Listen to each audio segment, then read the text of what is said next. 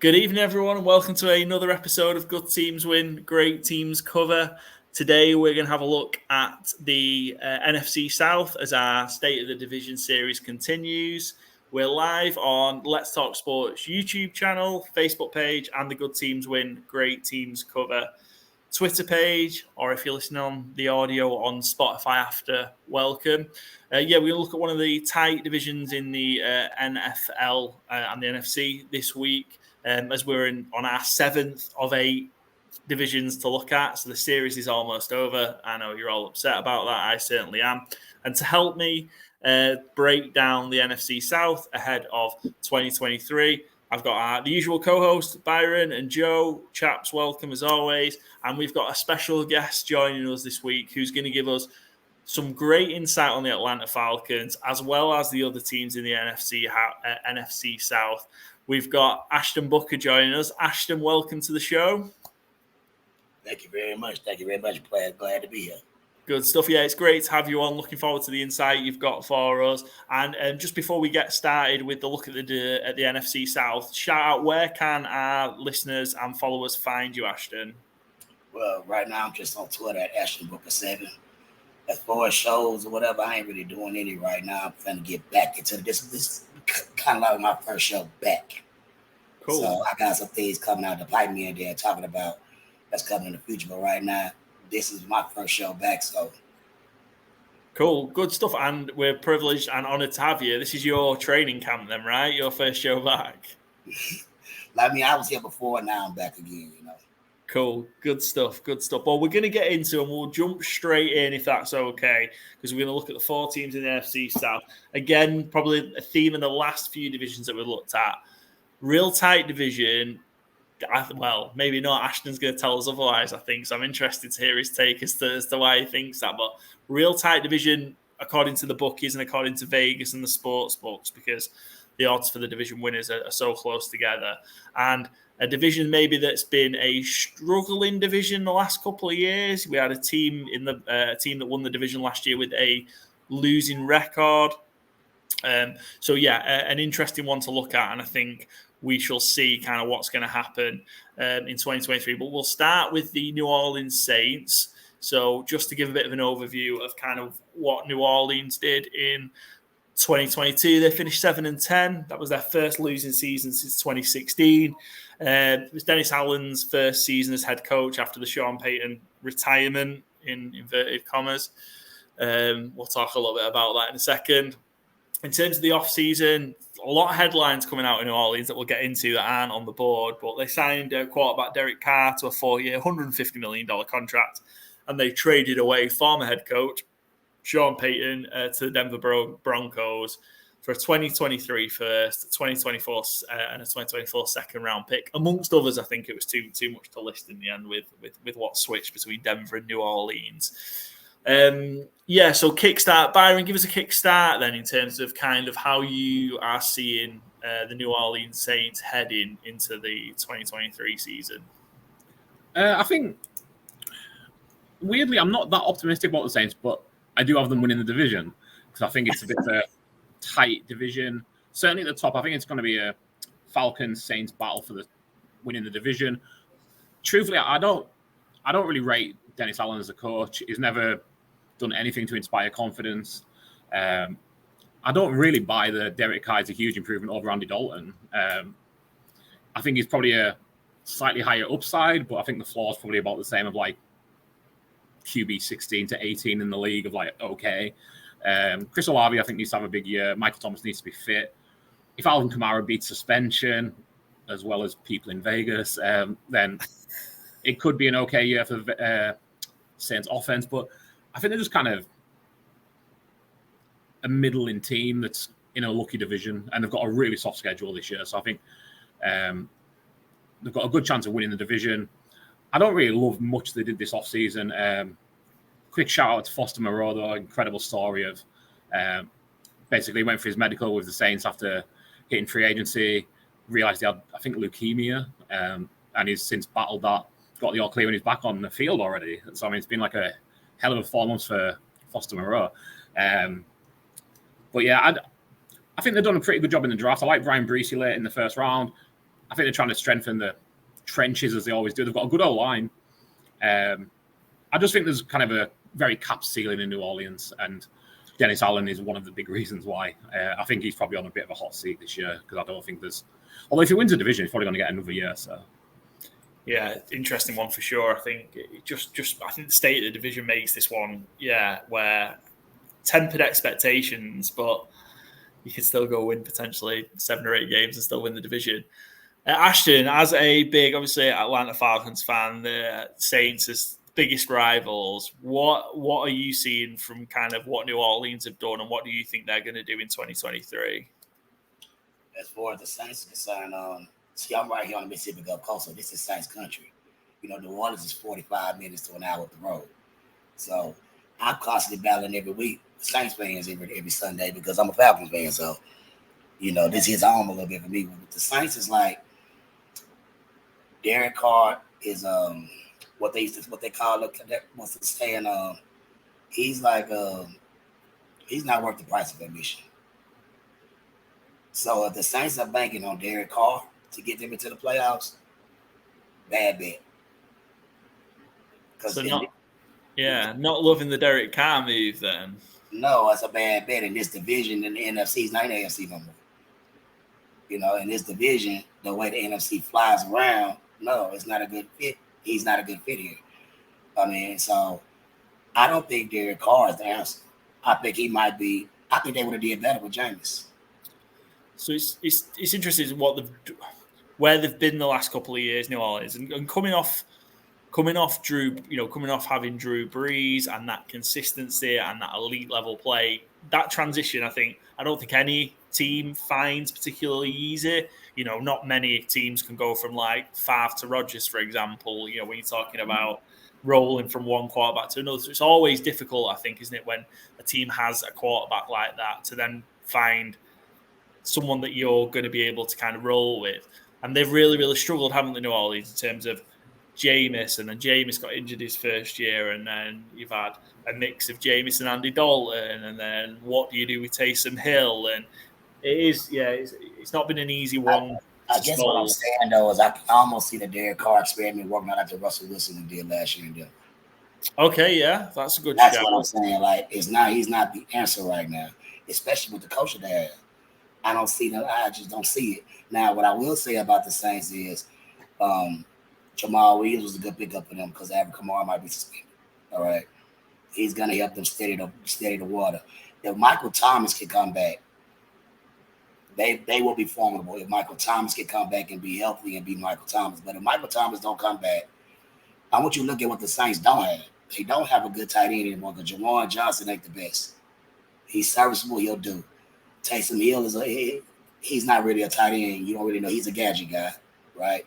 So other than Alvin Kamara and Chris Olave on the offensive side of the ball, their offensive line is relatively they're still working together. Now they're a good offensive line if they can get it together, but on the opposite side of the ball, what upside do they really have? I don't see Jarvis Landry coming back to that situation. So it's like out of everybody in the division, I think the Saints might have the least upside. Even Tampa Bay and Carolina got more upside than the Saints do. That's interesting. Yeah, it's an interesting take, and the team just. And we'll get into this discussion as we go. I imagine where I think you can make cases for good and bad seasons for all 4 teams. Actually, 3 of the 4. Tampa might be a struggle. Well, what I'm saying though is, but what I mean by the other 3 teams to me, I'm not saying who's the best right now, paper, right? But the other 3 teams, the Saints, the Panthers, and the Bucs, have way more upside than the Saints do. Because the Saints is like, to me, trending downward when the other ones are trending up. Yeah, and they've had, haven't they, this kind of core for such a really long time. And I think that defense has been particularly good and particularly strong and carried them a little bit, right? And is that now starting to wane? We'll see. Joe, weigh in. Where do you kind of see the Saints for 2023? I think I'm similar to most of us that it is, like I said, it is a division. I think for me, they probably are the favourites to win it. But if they don't win it, I'll not be surprised whatsoever, and they can have a terrible year. But I think getting Derek Carr. Is it just going to be where they're just going to get 7 and 10, 8 and 9, and then just go into next year with the same issue? Is it something where there's going to be like an issue down the road that they're never going to get a really high draft pick to sort it out and to get rid of and get Dennis Allen? They're just going to stay in that area. So it's like 2 or 3 years time. They're still deciding is Derek Carr the actual man, and Dennis Allen's still on the hot seat, or they're bringing someone new in. So I don't think they've done. But then it's also there's not quarterbacks out there where it's just you're just going to fix the issue. So I understand why they got Derek Carr, because I think it is an improvement. But like what Byron said, it's probably like 15 to 18th best quarterback in the league. So, and in order to win with someone like you need to have a great defense and like a great scheme. And I don't think they have either of them. I think with the defense, like the defensive back, and I think they're set up and they've got a good roster. But like the defensive line, they've lost quite a few players right there, and they were one of the worst pass rush win teams anyway, and to lose like Marcus Davenport and a few others in the middle, and you're bringing in Brian Breesy, who was injury prone at college, and you're expecting someone to come in straight away and be a dominant player. It doesn't normally work for that when you're from a high, from a first round and near the back end. So I'm just, if they feel like when they were like quite a few years ago, they were like 7 and 9 for quite a few years, I feel like they've got back to that level that they might sneak the playoffs, but they'll get knocked out first round. I think that's whereabouts where they are. And again, I'm similar to Byron. I'm not a big fan of Dennis Allen. I think the best scenario for them is probably to have a terrible year, get rid of him, start again, and see where they get from there. Because I don't think they're going to win much from it. So yeah. I got a question. How many wins would that being said do you just see the Saints? Just give me how many wins do you see them getting this year total? Yeah. Joe, fire away. How many wins do you see the Saints getting? Well, I think the only problem is when you look at their schedule, they've obviously got the NFC South, they've got the AFC South, and they've got NFC North, which is not good. Just so how many games you think gonna win in the NFC South? NFC South, I can see them winning 3. I can see them being where they'll just sneak a few games. Okay, so we about the same thing, because I had the Saints at 3-3 in the division. Yeah.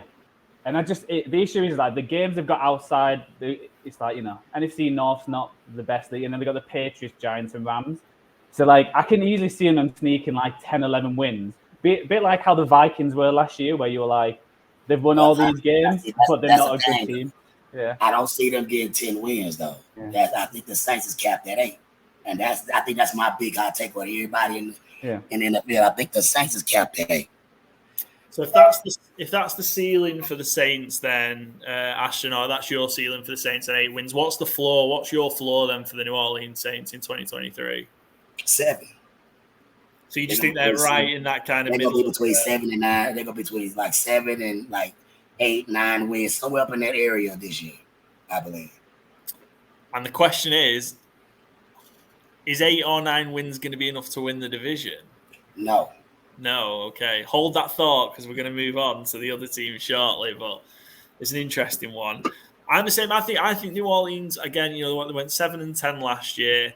I think what they get from Derek Carr is just a little bit of consistency that they've missed in having a flip between Dalton and Winston and Hill. And I think Derek Carr will give them, I don't think he'll give them a big upside or a massive improvement, but I think what he will give them is consistency that they've missed the last few years at the quarterback position. And there's a lot relying on, great that you've got Michael Thomas back, but have you got a Michael Thomas back that can be bothered? Because I think that's the problem with Michael Thomas, isn't it? About whether he can actually be bothered or not. What do you do in terms of how many games that potentially Kamara's going to miss? And then you've got, I think, an absolute superstar in Chris Olave on the other side that I think Derek Carr could work with very, very well. We've seen what Derek Carr can kind of do, whether that's been with, at times Devontae Adams, with Hunter Renfrow, with Amari Cooper. So, I know I think the Saints are rightly the favourites to win the division. But it's going to be very, very close. And I couldn't hang my hat on that the Saints will absolutely win the division in 2023. Byron finishes off on the New Orleans Saints. Now you're back. Floor and ceiling for the Saints in 2023.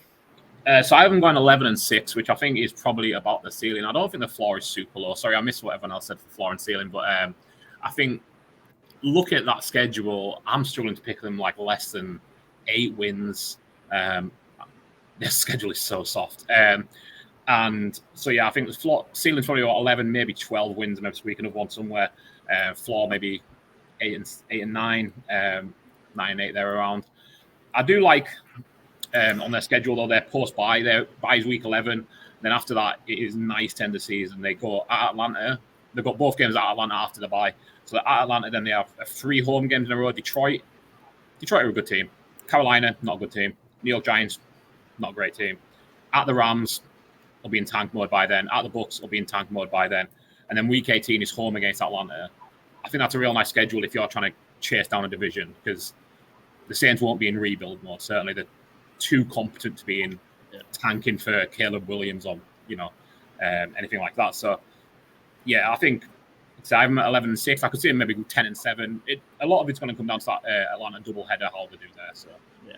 I think that Joe raised the point before. I don't know if you saw it before you dropped off, Byron, but they're almost like the Saints are in a bit of they feel like they're in a bit of a holding pattern of just kind of not being able to get anywhere at the minute. It's going to be 2027. It's like, well, how are they going to move on from Drew Brees? Yes. Yeah. Just feels like stuck in a bit of a holding pattern at the minute and just kind of going that middle in records, just not really helping them do anything. So, yes, we shall see. Well, let's move on from the New Orleans Saints. Let's move across to Florida and let's have a look at the Tampa Bay Buccaneers. So Tampa, they went 8-9 and won the division last year. That was the first year under head coach Todd Bowles after Bruce Arians' retirement. They won the NFC South and lost to the Cowboys 31-14. Had to get that in the wild card round, and it was Tom Brady's final season before his second retirement.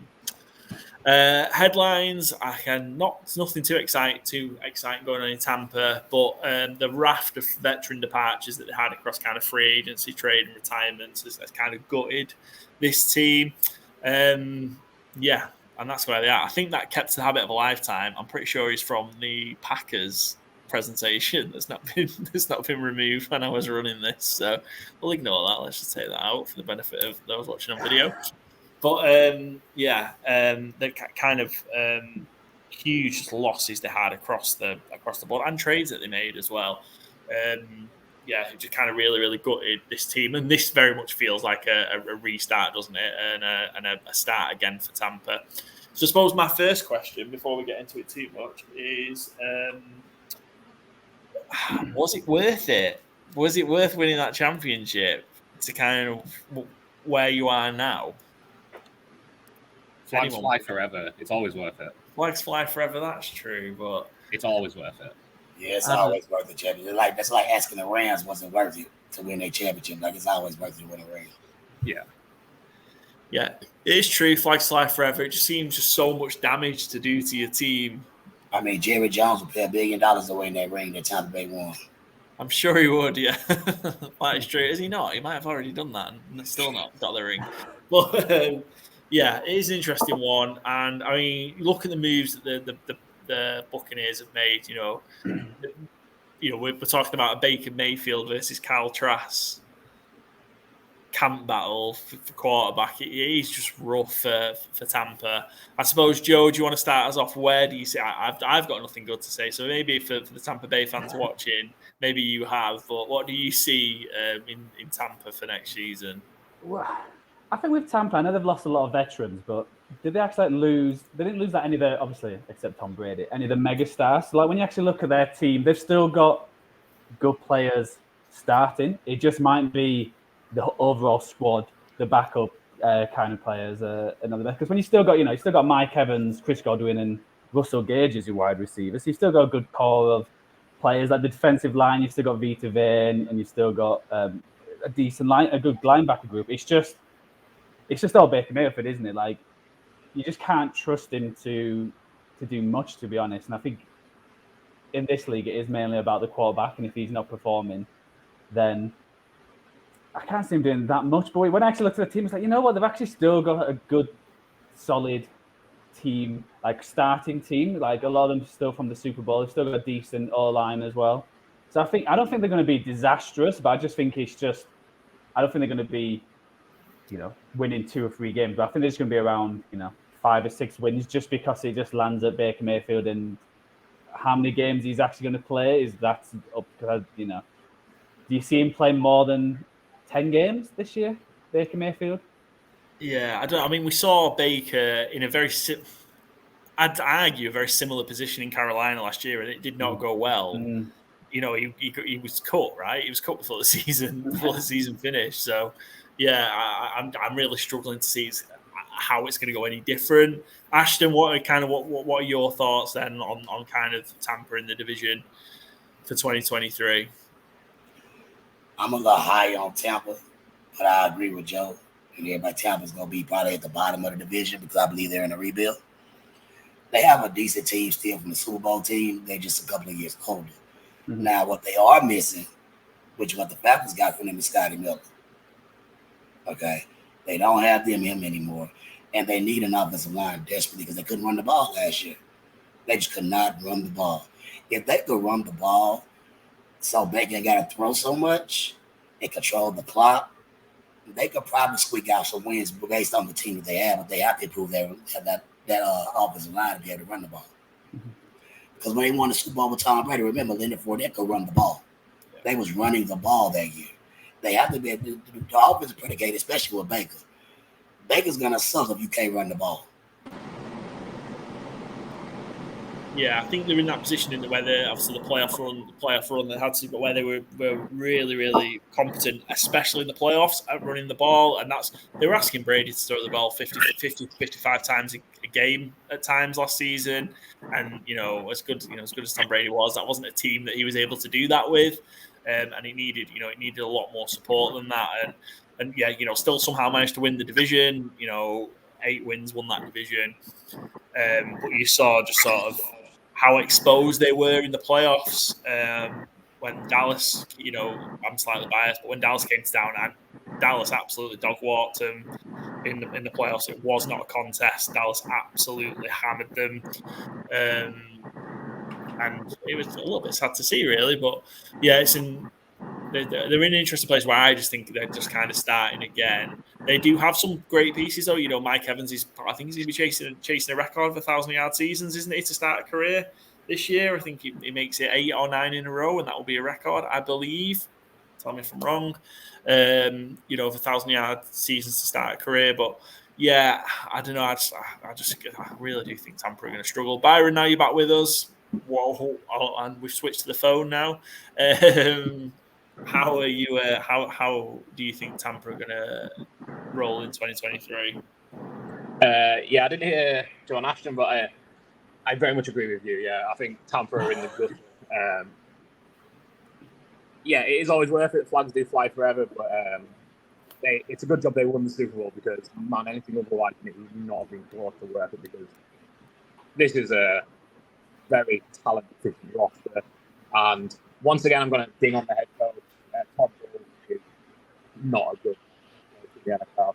His last winning season was 2015 with the 10-6 Jets. 2015 was a long time ago. We didn't even have Donald Trump as the president then. So it's been a while since Todd Bowles was a good winning NFL head coach. That's his only winning season as well as an NFL head coach. So I don't like what they've done. I mean, I don't really know what they could do. I think Mike Evans won't be there for his 1,000-yard season. I imagine they'll get him in the season. It's a critical state of affairs. I have them going 2-15. They'll probably squeak out another win or 2 here or there because that's how the NFL works. But I think I love how you filled in your thing. We had the Cincinnati Bengals 15-2 last week, and now we're on a 2-15 Tampa Bay Buccaneers, which is interesting. But yeah, the one thing I love, I'm going to say one positive thing about Tampa Bay Buccaneers because I feel like we've not said a lot of good things. I love Kalijah Kancey as a player. I thought he was a fantastic. I think they got him 19 right in the draft. But I love Kalijah Kancey just as a player. I think he's going to be really, really good in the NFL. Whether it's going to make a difference for Tampa or not, I don't know. But I do love him, and I think he will show that he's a fantastic prospect. Might take a while to develop. I think they might get a lot of situational pass rushing out of him to begin with in year 1, maybe year 2, and then he'll develop. But yeah. big fan of Elijah Cansey. So that's something to look forward to for the Tampa Bay Buccaneers fans. Haters up, I think we've covered floor and ceiling. Byron's floor was 2 wins. I think Ashton and Joe pretty middling. What's as good as it? Someone give me something positive. What's as good as it gets for Tampa in 2023? Well, I'm gonna give you something positive, Tampa. I'm gonna tell you what I said before. Tampa got more upside than New Orleans because they're gonna get because right now, if I look at the groups, they have a better wide receiver group, and in my opinion, they have a better defense. Right? I'm not sold on Derek Carr, as y'all know, just like I'm not sold on Baker. I really think Kyle Trask needs to get the shot. That gives him more upside as a young guy, and if he don't work out, you can go in the draft next year. But this draft is full of deep quarterbacks and get you one. Right? So as far as upside is concerned, Tampa might miss the playoffs this year. Or might not be in the division race this year.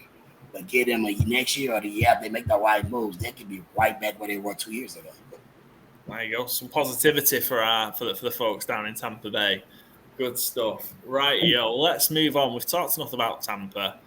Now let's move on to our guest team. Let's have a look at the Atlanta Falcons. So rather than me running through the blurb around Atlanta last year, let's throw it over to Ashton. Ashton, give us your view of kind of how things went for the Atlanta Falcons last year, and then how you think things are going to go in 2023. Last year, I felt like at the beginning of the season, I was on the NFC round table, and I think I kept saying that I believe a good season for Atlanta was 10 wins. And, but what I expected was between 7 and 9, right?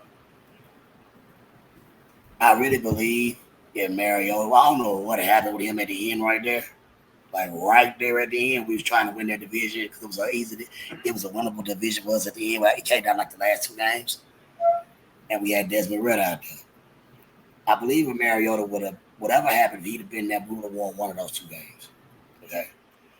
So with that being said, it didn't end. It didn't end the way I thought it should, the way I wanted it to. I feel like they just quit and gave the division to Tampa. But with that being said, as far as this year, I like the off. I think the Falcons had the best offseason. I mean, if you look at what we did in the offseason, they fixed and they corrected everything I was complaining about all through the season last year. They fixed the secondary. They fixed the offensive line. They fixed the defensive line. We got more pass rush. We got an edge rusher now. We got a cornerback that can play man corner now instead of just zone corners. We have a safety. We drafted an offensive lineman. Desmond Ridder's going to get a full season behind center so we can see what he can do. We drafted Bijan Robinson. Okay. Having Cordell Patterson, I feel like they can put him in the slot as a slot receiver. Use him kind of like both ways.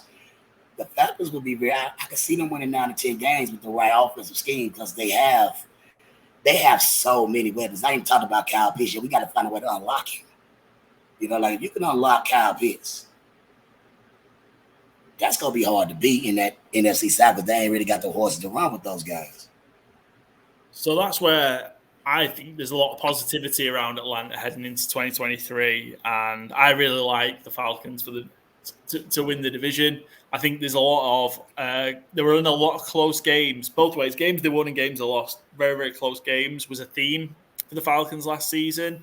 And I really, really like what they've done in terms of adding, they already had a pretty strong running game, right? Tyler Algier had a pretty good rookie year, I'd say. Cordarrelle Patterson, again had a strong year. He's proven, I think, now to be just such an important piece of that Atlanta offense. Throw in Bijan to that. I love Drake London. I love Kyle Pitts. And I love what they've done in terms of revamping that defense it was very, very inexperienced. And they've gone and got a lot of veteran pieces for that defense that will instantly improve it. Really, really good offseason I think they've had. I think signing Jesse Bates III was a major sign for us. That improved that secondary so much. That's gonna make it hard.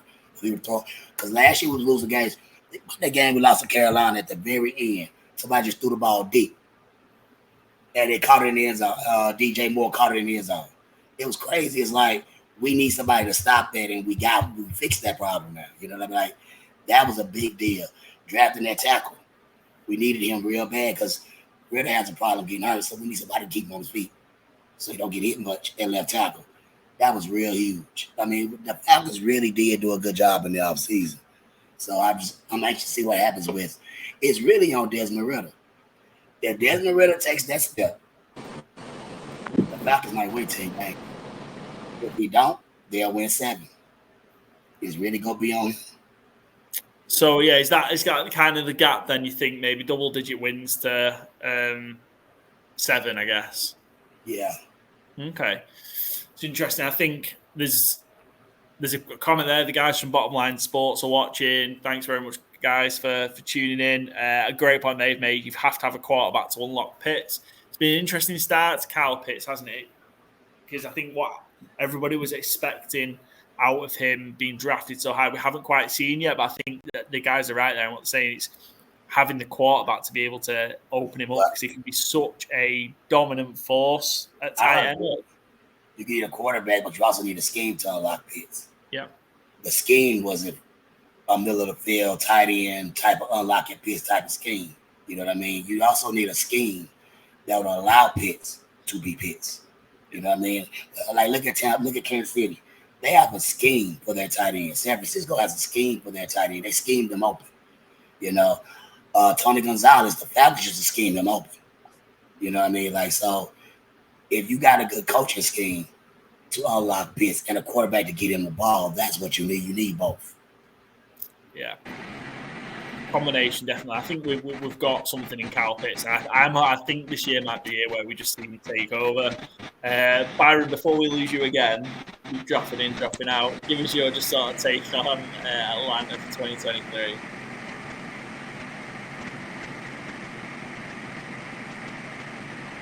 Or not. Joe, do you want to jump in? Yeah, I'll jump in. So, yeah, I agree. It's all about, like you said, it is all about Ridden.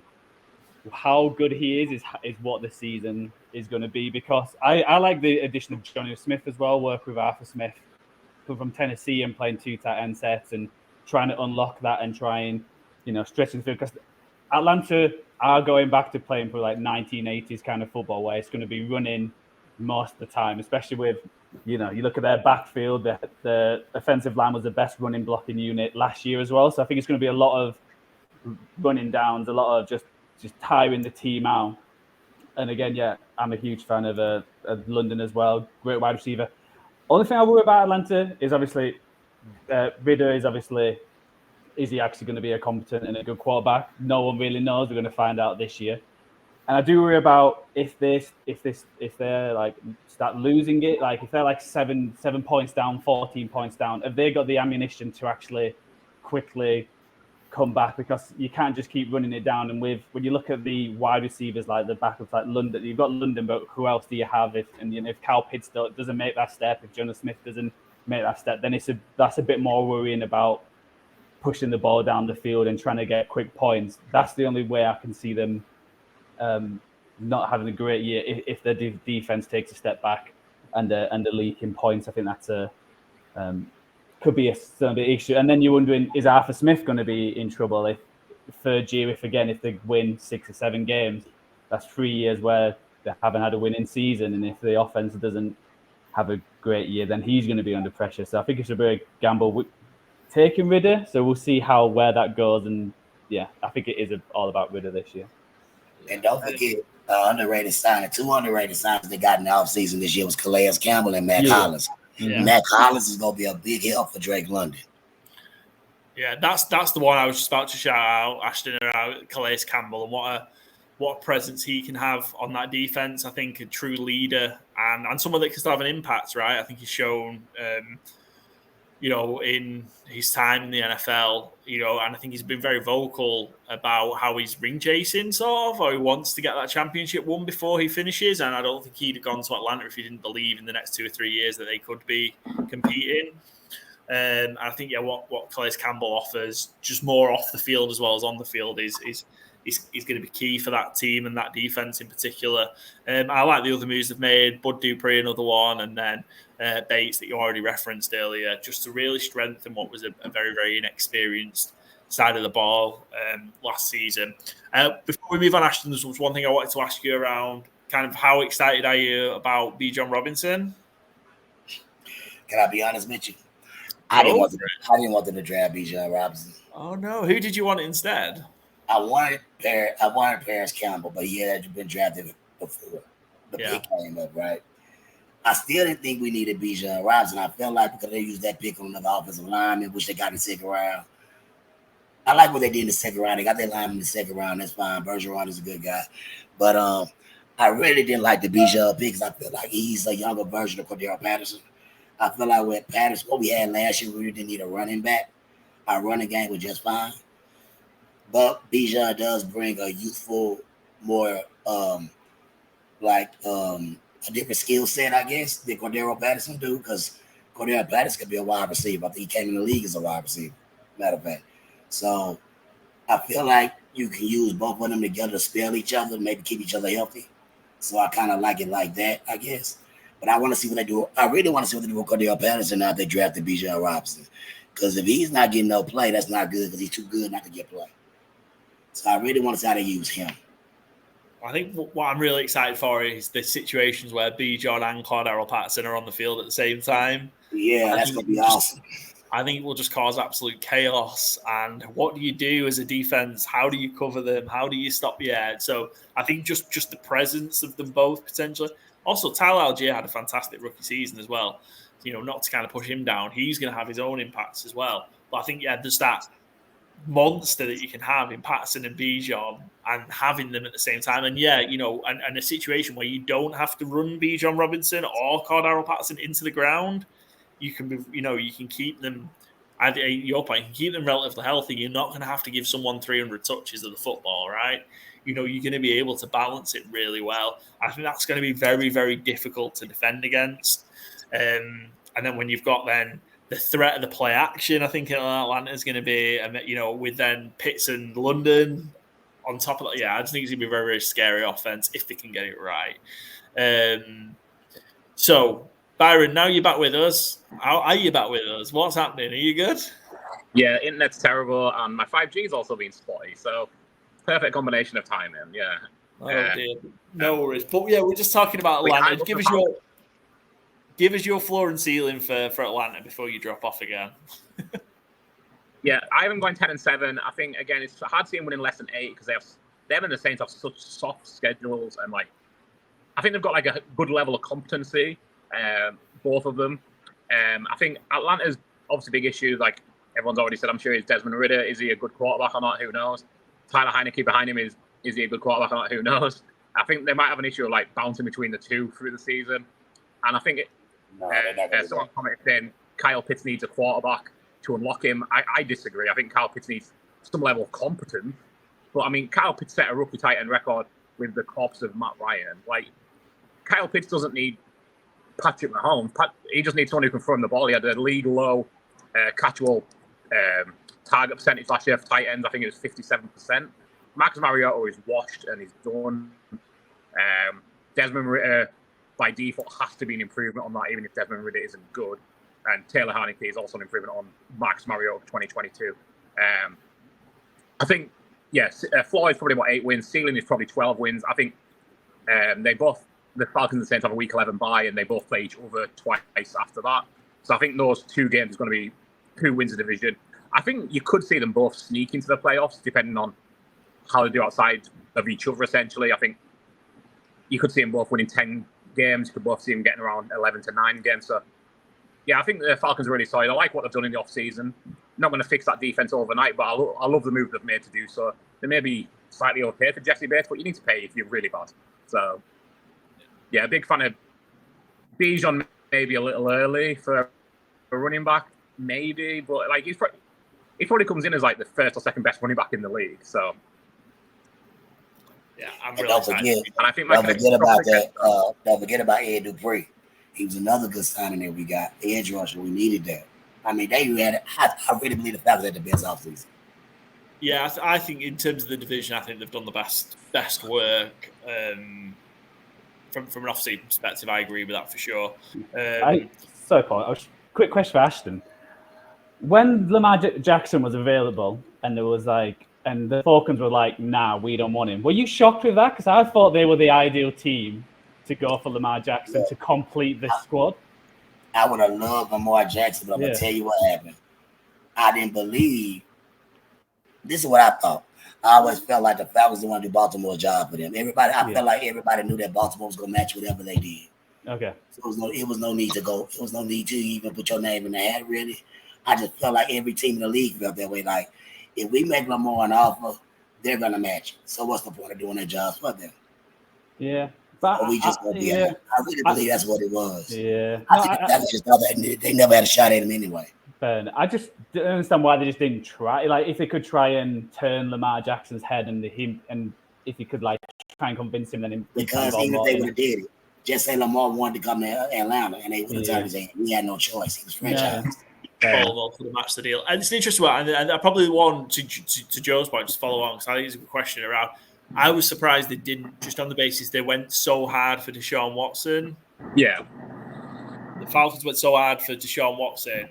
And then when there was, I think you're right in what you're saying, Ashton. It was very slim because Baltimore to a level would have just matched the deal. So they'd have had to do something so excessively, probably probably offered them more than what Deshaun Watson ended up getting paid in Cleveland to get him. To the point for Baltimore to go, no, we're happy to take the 2 first-round picks. So, yeah, it was difficult. Well, Baltimore kind of held all the cards, didn't they, in that situation? I think that's why it was real difficult and why you saw the team just weren't interested in getting involved in it. See, with Deshaun Watson, it was different because everybody knew that Houston wasn't going to match whatever they did. Yeah. So they went all in for Deshaun because they knew that if they got him, Houston wasn't going to try to get him back. Yeah. It was flipped with Lamar. If they wouldn't have made off to Lamar would have accepted it. Baltimore would have just matched. And now that money is on their cap, like they got to – if you make Lamar an offer, that money goes against your cap for the offseason. You know what I'm saying? So you can't sign players until you decide whether you want it or not until the team matches.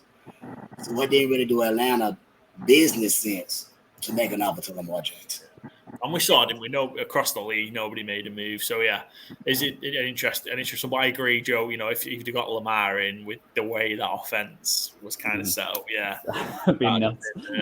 Pretty spectacular. And the guys at the Bottom Line Sports agree with kind of a lot what we're saying, that they do think kind of the Falcons have got a shot for the division and that you'll probably know by November if I assume that's Desmond Ritter is the guy for the future.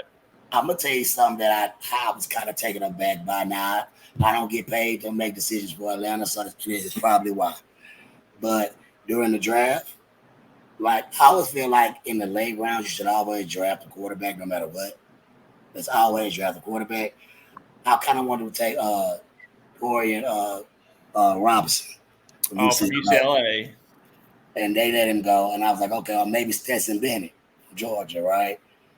But they decided to take quarterback because I always feel like you always need a young quarterback in the wings just in case. You never know. You always, I think every draft, every team should always take a quarterback. Would Stetson Bennett have been older than Desmond Ritter if they'd have drafted Stetson Bennett? Maybe he would have been. All I'm saying is he could have. One thing he did that Stetson Bennett did do was win a national championship. So it's true, yeah. It'd have been very popular in Georgia, I imagine. Especially in Georgia. He's a Georgia player in Atlanta. It sells tickets. Is all I'm saying. You know what I mean? Very true. Yeah, because you might as well, because you're like, how many 7th-round safeties are going to be in the league? In 2 or 3 years. So you may as well just gamble and go for quarterback just in case. I feel like every team should be looking for their Brock Purdy. Yeah. Every team should draft one. Just draft one, just to have them there. Yeah, you never know. You never know who's going to hit, I guess.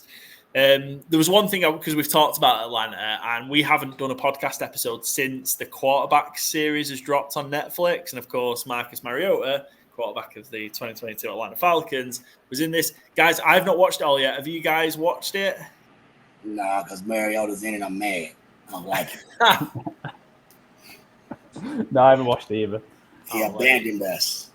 Yeah, I've just started watching it. It's interesting. It's making me hate Patrick Mahomes, this show. I think it's more due to the people around him. But Mariota comes across as a real good guy. He seems like a real nice guy, good guy. I forgot he basically cost them 2 wins at the start of the season, not being able to handle a snap and a handoff. Completely forgot about that. Could have been so much different for the 2022 Atlanta Falcons. We'll come back to the quarterbacks discussion next time. Maybe watch it. It's a great show. Netflix is doing a really good job with these sports documentaries. Let's move on.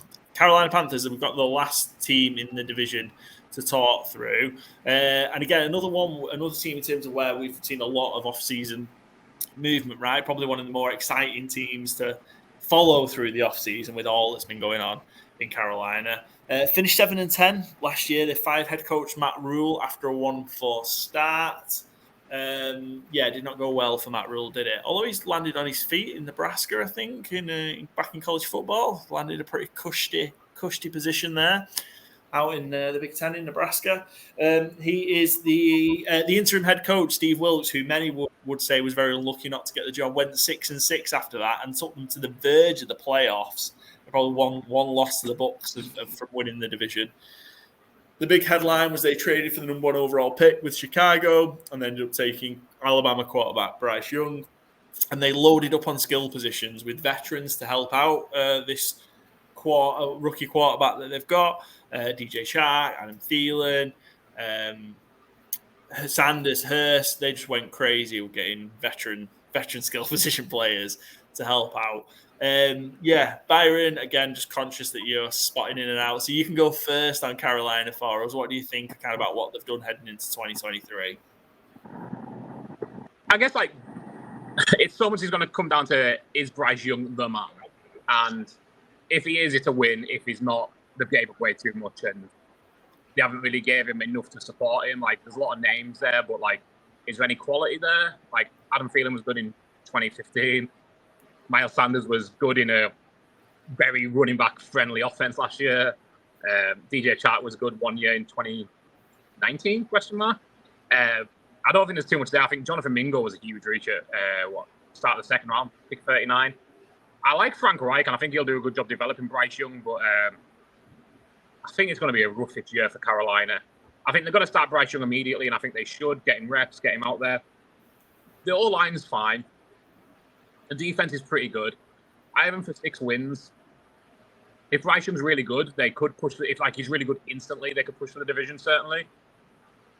I think 5-6 wins is about their floor. Again, I'll get Florence Thielen in now while I can as well. I think kind of just good, not great. If Bryce Young is immediately great, then they've smashed it. It doesn't matter what you gave up, but they did give up a lot. So I guess that's kind of my quick thing on it.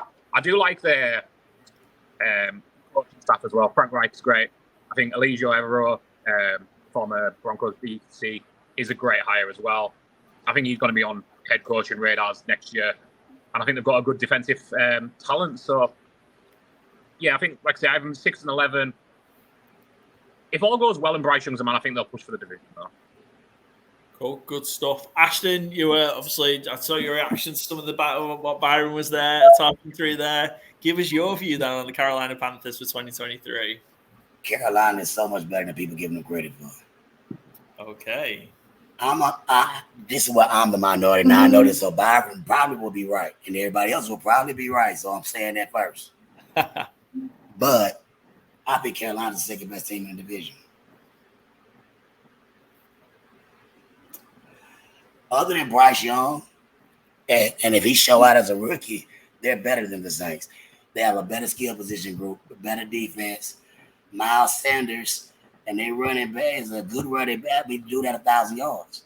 They have Thielen, Sharp. They have veterans at wide receivers. They got a veteran backup to help this little young guy. I really believe they're better than the Saints on paper. It's interesting. So the Panthers, I felt, gave up early in the season last year, and they quit on Matt Rule. I think there was a lot of those players that quit and gave up, which is probably the worst thing you can say to any sort of professional sportsman. They quit, they gave up, and I felt they did. Steve Wilkes did a hell of a job to take that to be, in his a 500 team across 12 games. And because of the state of the division, almost in the playoffs. And actually, under Steve Wilkes, they played some really, really good football, and they were in a lot more games. That team didn't quit during games. It held on it had to deal with changes at quarterback. I think under, did we have PJ Walker start games? I believe we did in 2022. PJ Walker had the best throw of last season. I love PJ Walker, by the way. That throw against the Falcons to win. Okay, we talked about that earlier. That's why we went out some safety to make sure that don't happen again. We already talked about it. Yeah, that's a good point. Yeah.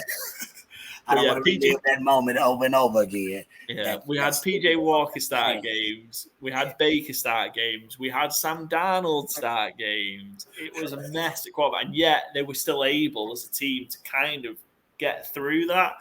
I think the Carolina Panthers are going to be pretty good relative to the division, just to point that out.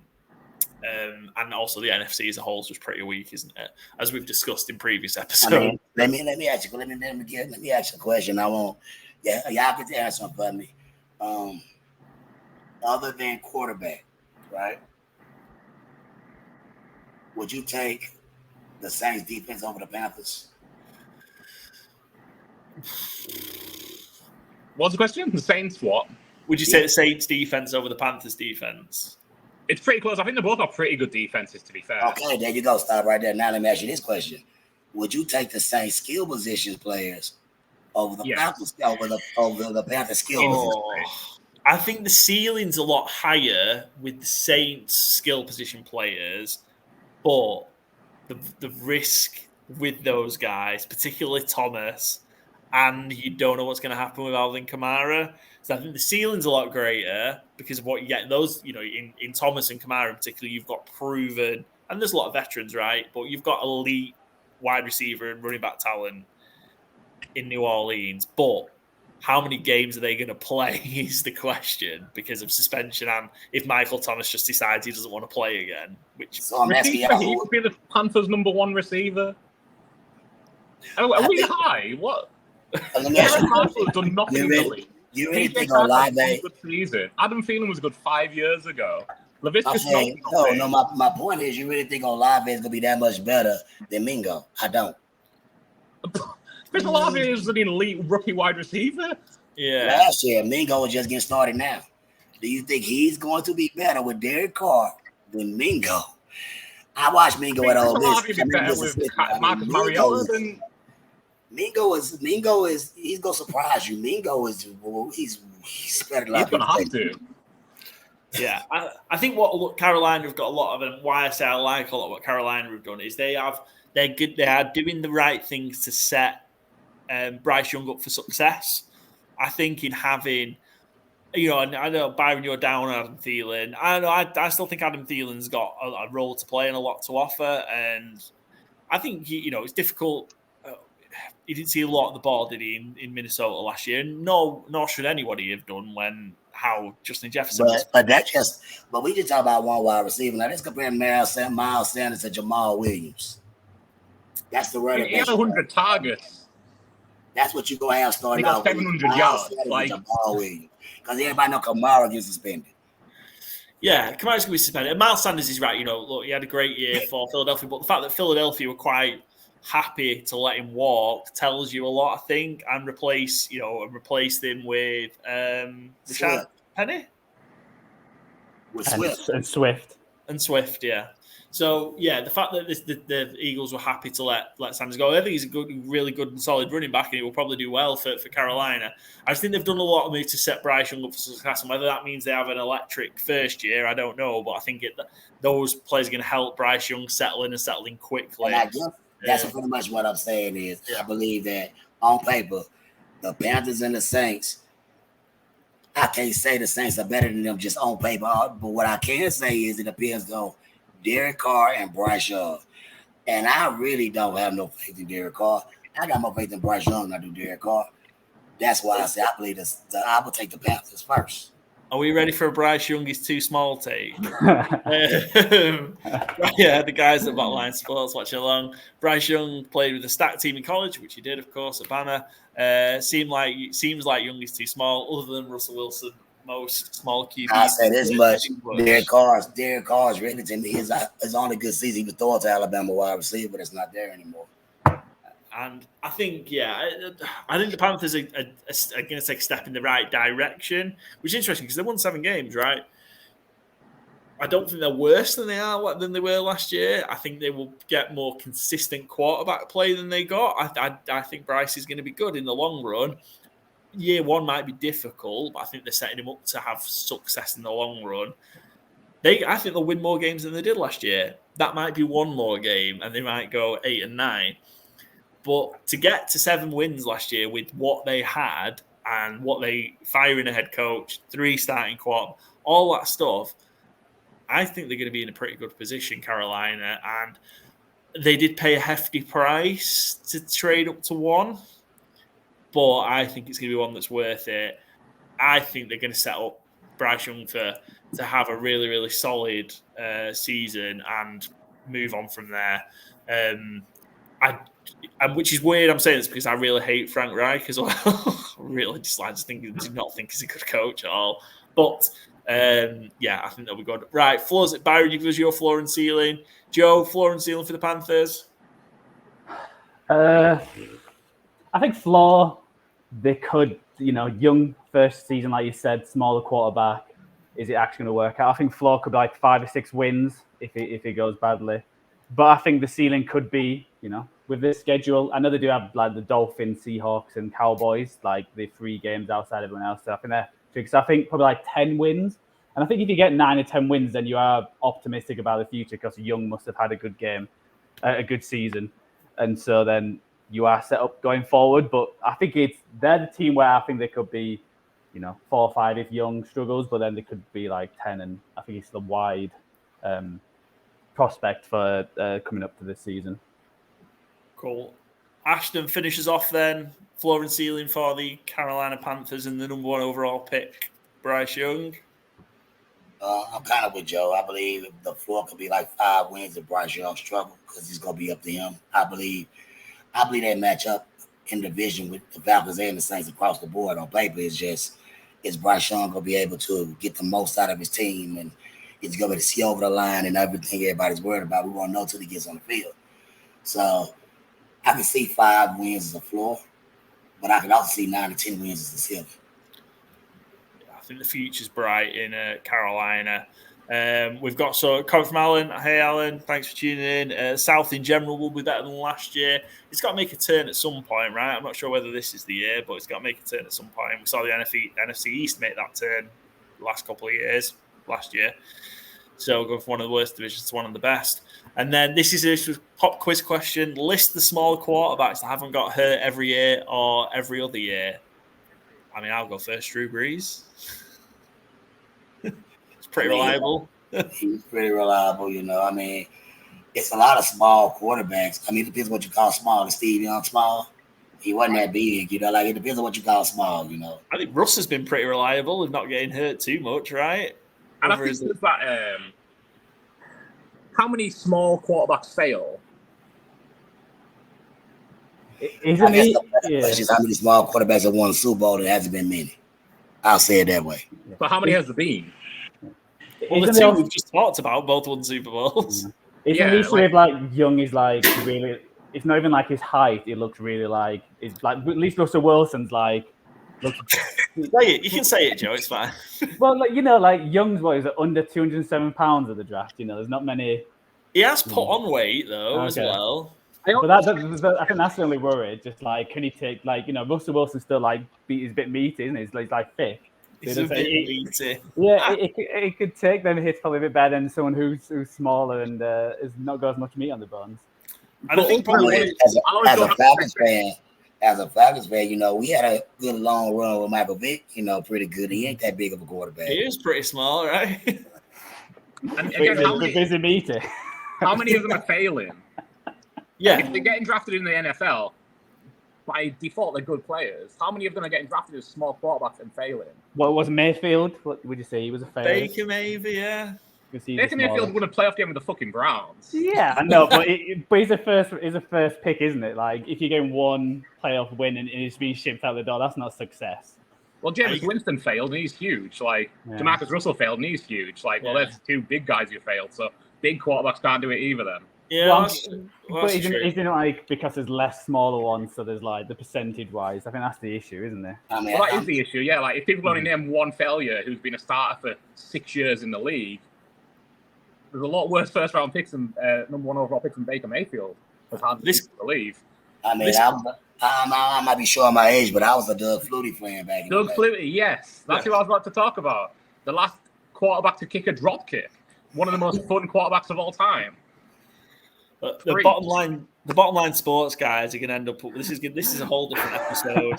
In the last 35 years, you can only give me two, and they were defined under 6 foot and under 210 well, pounds. I thought we just never ran it off like 4 or 5 of them real quick.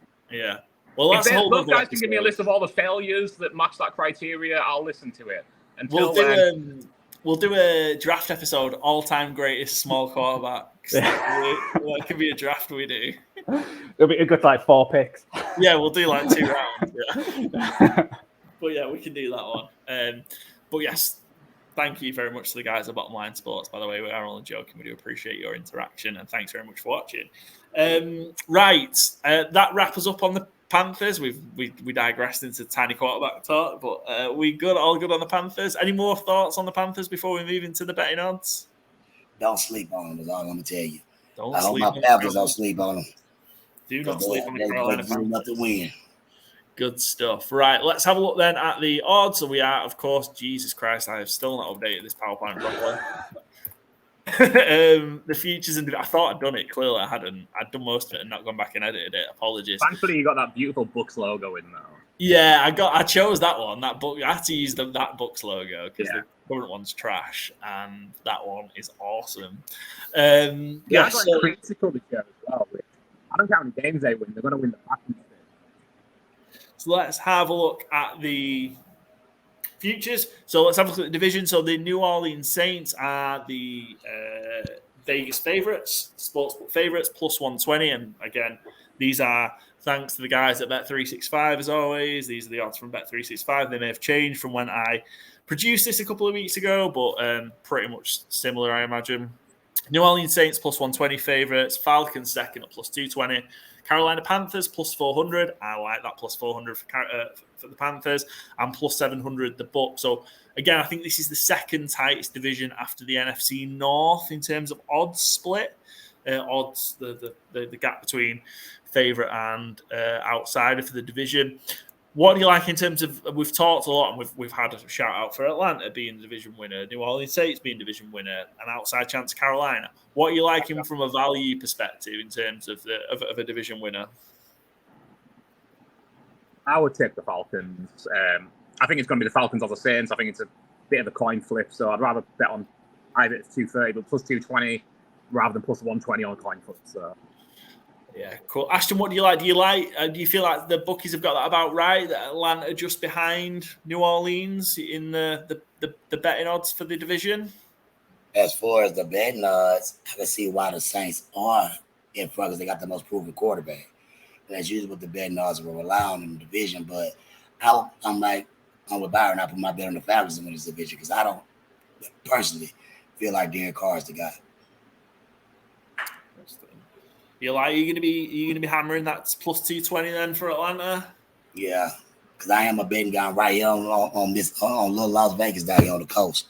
We got a casino strip, and that's what we do. We gamble. Nice, good stuff. We'll have to get you back here more often then for our season preview for sure.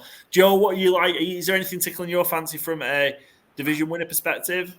I feel like everyone else, you got to go Falcons because it is a coin flip, and I think they're the ones. I think, like you said, I think the Saints have got the most pressure as well. I don't think the Falcons has got as much pressure, and I think that could help, winning the South. And I do think like the Falcons plus 120 to even make the playoffs. I think even if they come second, I think with this schedule, I think they could get 10 wins. And I think with all the other divisions, I think they're least going to get one of the wild card spots if you win 10 or 11. And I think with the Falcons schedule itself, it's I think that's good odds, to be honest, even if they don't win the division.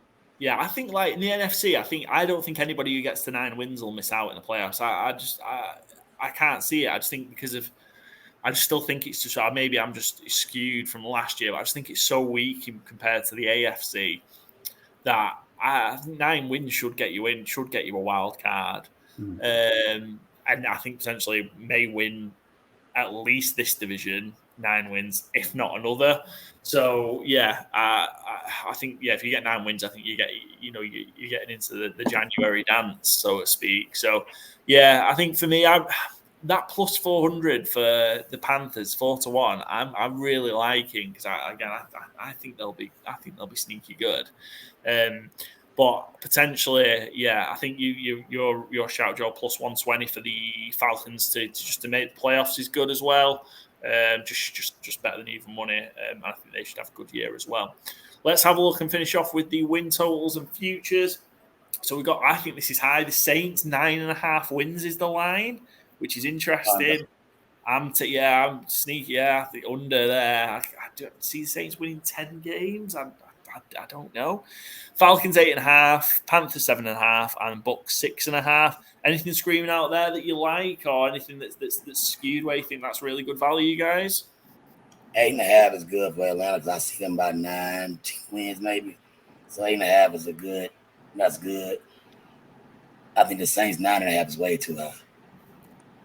Way too high. Yeah, it should be more like 8.5, like the Falcons.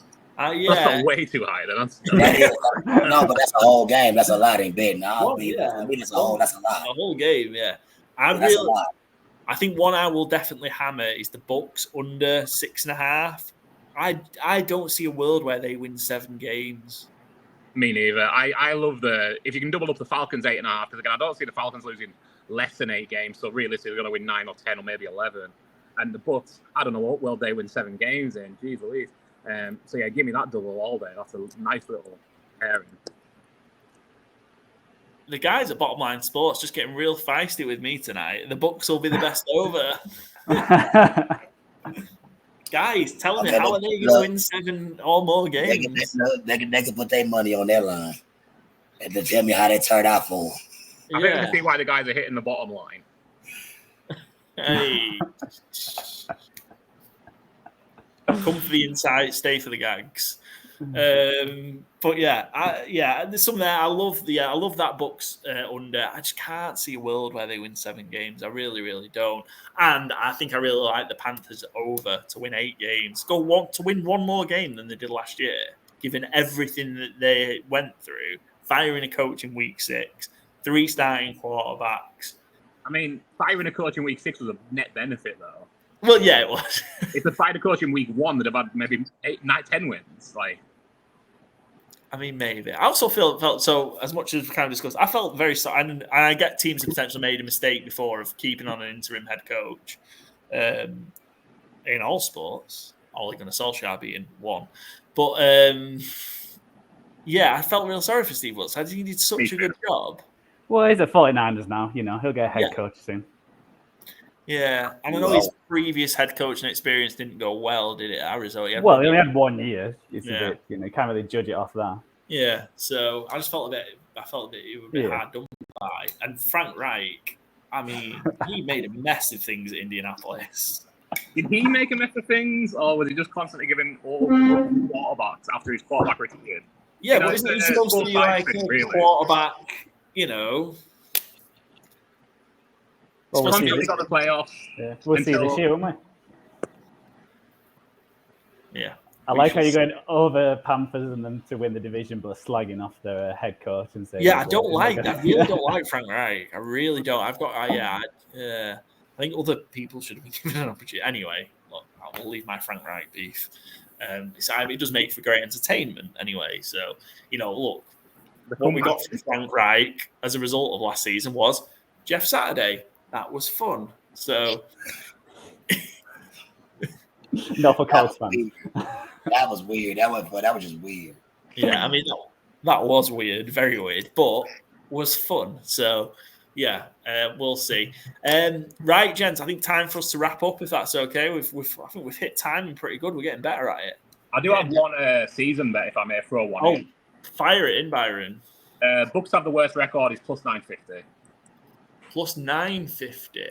What was it with the team? Raiders is another one that you're on, right? Was that plus Raiders 1200? plus 1200, yeah. I think, annoyingly, Jimmy G, I think, passed his physical today, so that one might take a little bit of a hit, but I still think the Raiders are in the gutter. Essentially, you're betting on the Cardinals winning 4 games. I was just about to say that. It's just all on the Cardinals, isn't it? Yeah, the Cardinals are like plus 150, plus 200, and like they probably are the worst roster in the NFL, but I think there's less chance of them throwing it in because It's got caught the coin. Yeah, because they've already got a first round pick from the Texans, who are probably going to be a struggling team. Yeah. And Gannon needs to kind of show himself a little bit, I think. I think basically like it's just kind of a bet against the Cardinals being a 2-win team. If they get 4 wins, they're not picking first. And at plus 950, I think the Bucs are about there on talent level.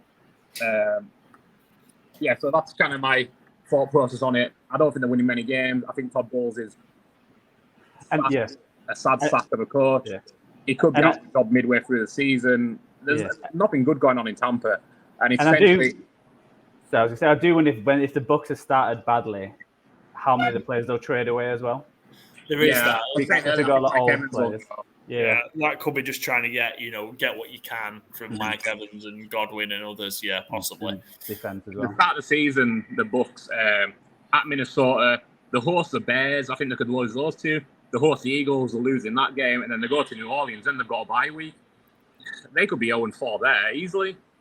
I just think rookie year for Tampa, and they're probably going to want a new quarterback in 2024. How do you make that happen? They already tanked for Jameis in 2014, so they know the script.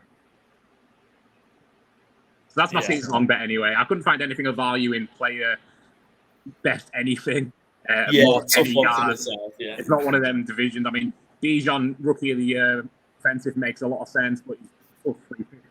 I think you've got Bijan and Bryce potentially as rookie. Yeah. I don't have Bijan as rookie or Bryce. I got Jahmyr Gibbs as rookie of the year. Jahmyr Gibbs, interesting. A bet, Possibly. Certainly more value, I think, on that. Yeah, and he could turn out to be amazing, couldn't it, for Detroit? Gentlemen, going to wrap this up. Thank you ever so much. We were almost there. We've done 7 of the 8 divisions now. We've just got the AFC South to go. That's a lot. Started this back in mid-May, or the start of May, and we're almost there. And 7 weeks to go till football. With 7 weeks to go till the start of the season. We might flesh it out a little bit. We've got some drafts to do, Joe, and I've got some interviews to just fill weeks as well. We'll start again. We'll get it going again. We've got some drafts to do, don't worry. We've got plenty of drafts to do. But yes, we're almost there. And then we'll have a look. There's plenty of stuff we'll have before the season. We'll probably do a fantasy episode. Byron, you'll be front and center for that. We'll probably do a fantasy episode. We'll do a full futures episode for all of our preseason bets. There is plenty to come from good teams win great teams cover, Joe, is the point. Let's not scare the people off. Plenty to come before the start of the season. Ashton, get excited. Good, yeah. Get the people excited. Ashton, just want to say a special thanks to you for joining us today. Go give Ashton a follow. Ashton, where can the people find you? Ashton Booker 7 on Twitter. President Booker for 2024, yeah? Yeah. Good stuff. Yeah, Ashton Booker 7 on Twitter. Give Ashton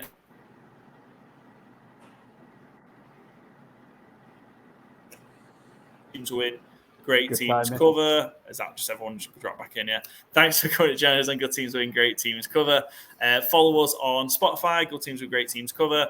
Twitter at GTW_GTC. The same on Instagram as well. And YouTube and Threads. Although we've still not started the Threads account properly yet. But it's still there. So go give it a follow. And until next time, have fun and we'll see you soon.